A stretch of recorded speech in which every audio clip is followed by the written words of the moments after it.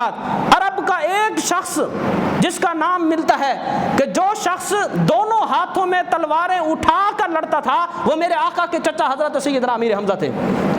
ہر مجاہد ایک تلوار کے ساتھ لڑتا ہے، ایک ہاتھ میں تلوار ہوتی ہے، توجہ ساری اسی تلوار کی طرف ہوتی ہے، لیکن حضرت سیدنا امیر حمزہ انہوں نے اللہ اور اس کے رسول کے شیر ہونے کا حق ادا کیا ہے۔ میرے آقا نے حضرت امیر حمزہ کو لقب دیا تھا اسد اللہ و اسد رسولی، اللہ کا بھی شیر ہے، اللہ کے رسول کا بھی شیر ہے۔ حضرت سیدنا امیر حمزہ رضی اللہ تعالیٰ عنہ نے اللہ اور اس کے رسول کے شیر ہونے کا باقاعدہ حق ادا کیا۔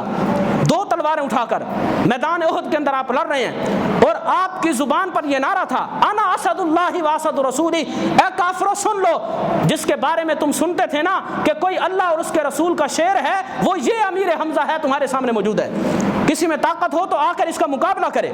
حضرت سیدنا امیر حمزہ رضی اللہ تعالیٰ عنہ اس طرح میدان احد کے اندر لڑے۔